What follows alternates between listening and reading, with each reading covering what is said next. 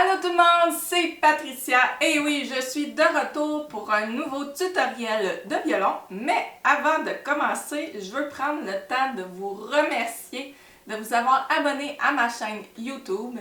Et aussi, je veux dire merci à tous les gens qui ont pris le temps de m'écrire des commentaires ou bien même de me contacter par courriel pour me partager les hauts et les bas de l'apprentissage de cet instrument de musique. Vous m'avez confié que vous trouviez difficile de bien faire sonner votre violon avec votre archet. J'ai pour vous aujourd'hui quelques conseils pour bien faire sonner votre instrument.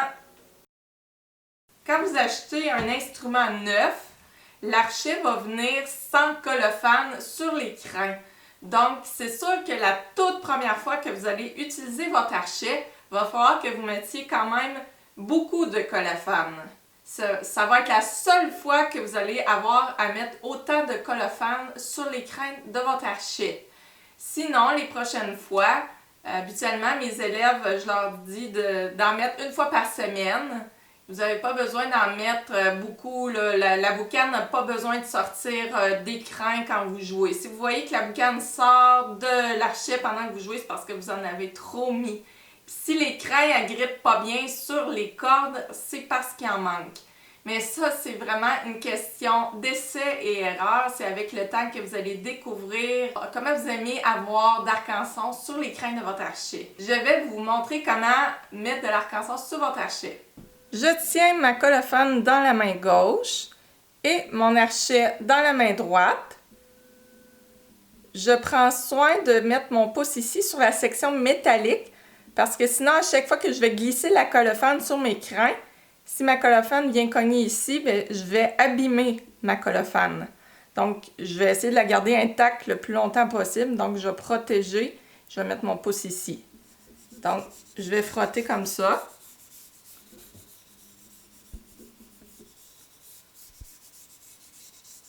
Un autre petit coup.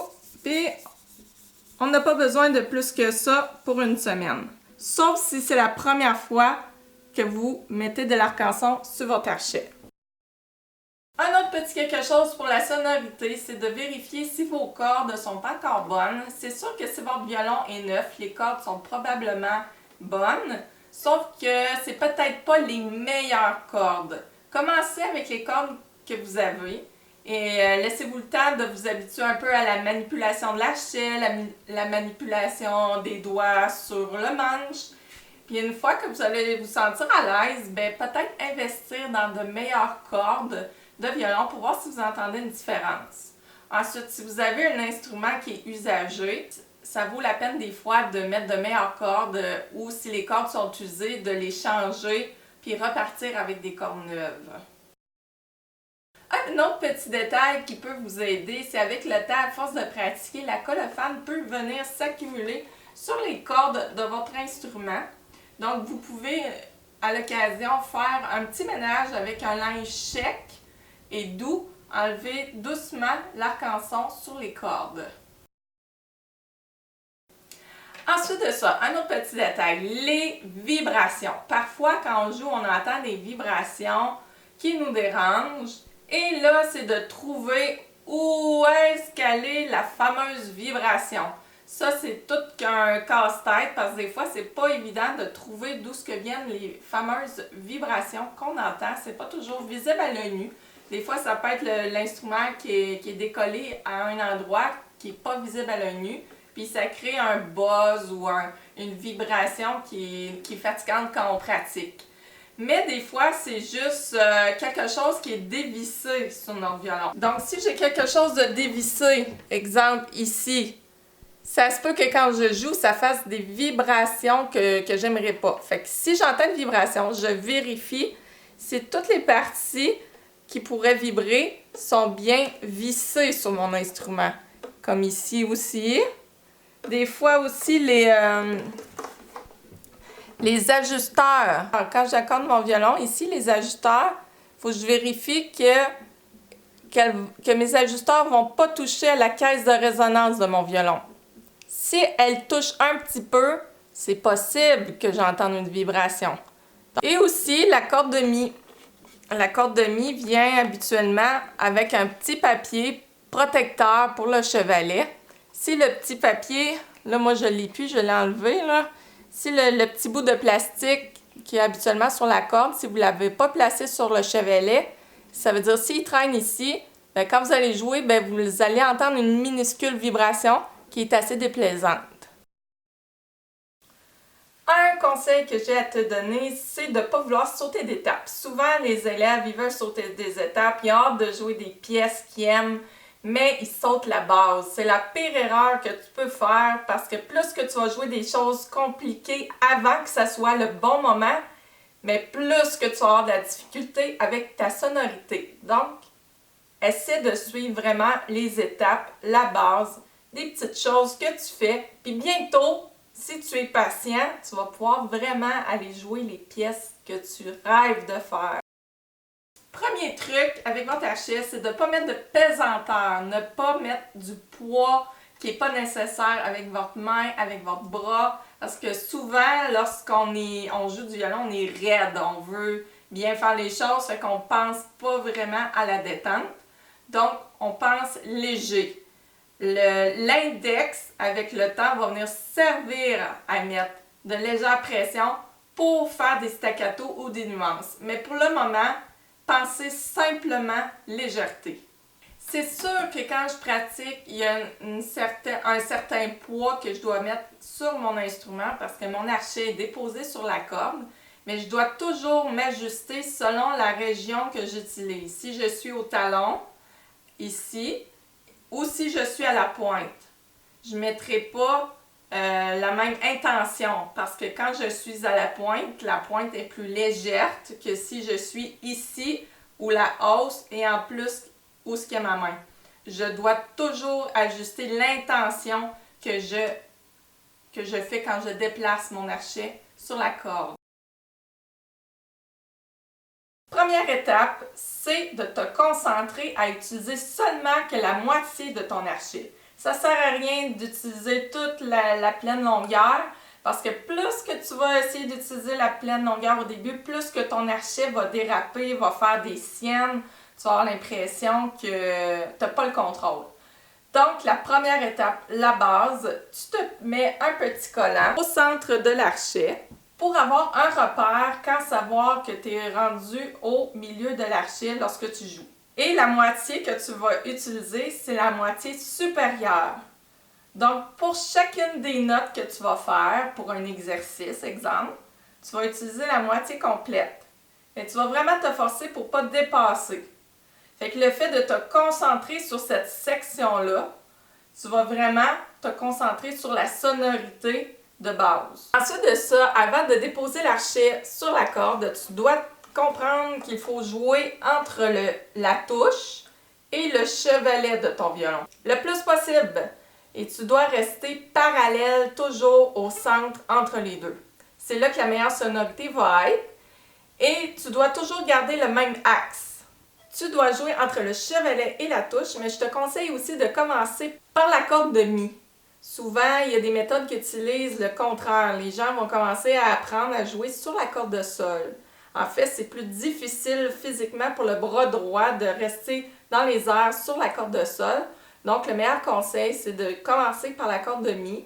Ensuite de ça, tranquillement aller vers la corde de la, la corde de ré et la corde de sol. Mais il n'y a pas de presse. Tu peux jouer quelques temps sur 2 cordes seulement et tranquillement, pas vite, tu vas pouvoir ajouter les cordes plus graves. Les premiers sons, tu peux les faire sur la corde de mi. Tu places ton archet au centre entre le chevalet et la touche. Où ce que tu as placé le petit collant, tu le déposes sur la corde de mi. Tu t'assures que ton archet est dans le même axe que ton bras. Il ne faut pas que ton bras soit surélevé comme ça ou trop penché comme ça. Essaie de donner le même axe. Plus que tu vas garder le même axe, moins que tu vas aller accrocher les cordes qui sont à côté et que tu ne veux pas accrocher. Quand je descends mon archet, j'ai mon poignet qui casse un peu comme ça, tu vois? Donc, j'ai juste baissé mon avant-bras. Fait que vraiment, je pense de bouger l'avant-bras. On va aller sur la corde de la. Tu soulèves le bras et l'archet dans le même axe tu vas sur la corde là et tu continues d'utiliser la moitié de l'archet.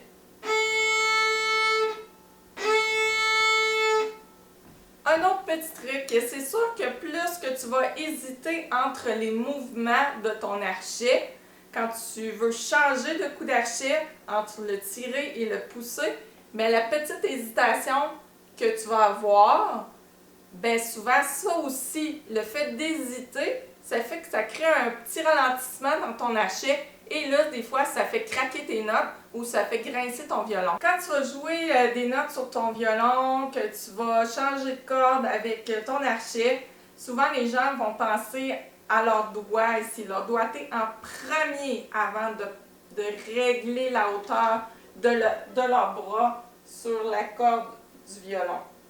Je te dirais par expérience, essaie de faire l'inverse. Pense tout de suite à la hauteur que tu dois placer ton archet, ton bras, et ensuite pense à la note. Mais tout ça se fait très rapidement. Donc, une fois que tu es rendu bon dans l'art de maîtriser la sonorité de ton violon avec la moitié de ton archet supérieur, ça veut dire que tu es rendu à la prochaine étape d'utiliser la pleine longueur de ton archet. Mais pour ça, tu vas avoir vraiment besoin d'avoir de la souplesse, de travailler la souplesse de ton poignet. Parce que quand tu vas jouer tout l'archet, tu ne pourras pas rester le poignet bien raide. Parce que sinon, ton archet va toujours s'en aller croche. Donc, pour la souplesse de ton poignet, tu peux pratiquer à faire la vadrouille. Ce qui veut dire que juste de faire un mouvement comme ça avec ton poignet et ton bras, pour développer une certaine souplesse, de comprendre la mécanique de cette souplesse-là avant d'utiliser ton archet. Donc, tu commences encore par la petite corde. Tu te places au talon, le poignet surélevé un peu. Tranquillement, pas vite, le poignet va basculer.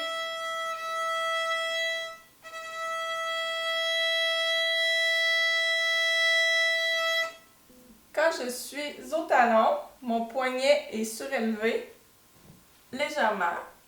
Et quand je descends, quand je tire, mon poignet va casser un peu vers le bas. Donc, la fameuse vadrouille que je t'expliquais tantôt. Une autre petite chose, fais attention pour pas que ton archet patine sur ta corde. Exemple, tu joues et tout à coup, quand je dis patine, c'est mon expression à moi, c'est que tu es en train de jouer. Là, tout à coup, ton archet va glisser. J'exagère. Et tu vois, ça prend juste un petit décalage de patinage pour que ça crée un son qu'on aime plus ou moins. Pour ne pas faire patiner ton archet sur la corde, tu dois t'assurer de ne pas avancer et reculer le coude pour rien. N'oublie pas, quand tu utilises la moitié du haut, c'est l'avant-bras qui va travailler. Merci, à bientôt!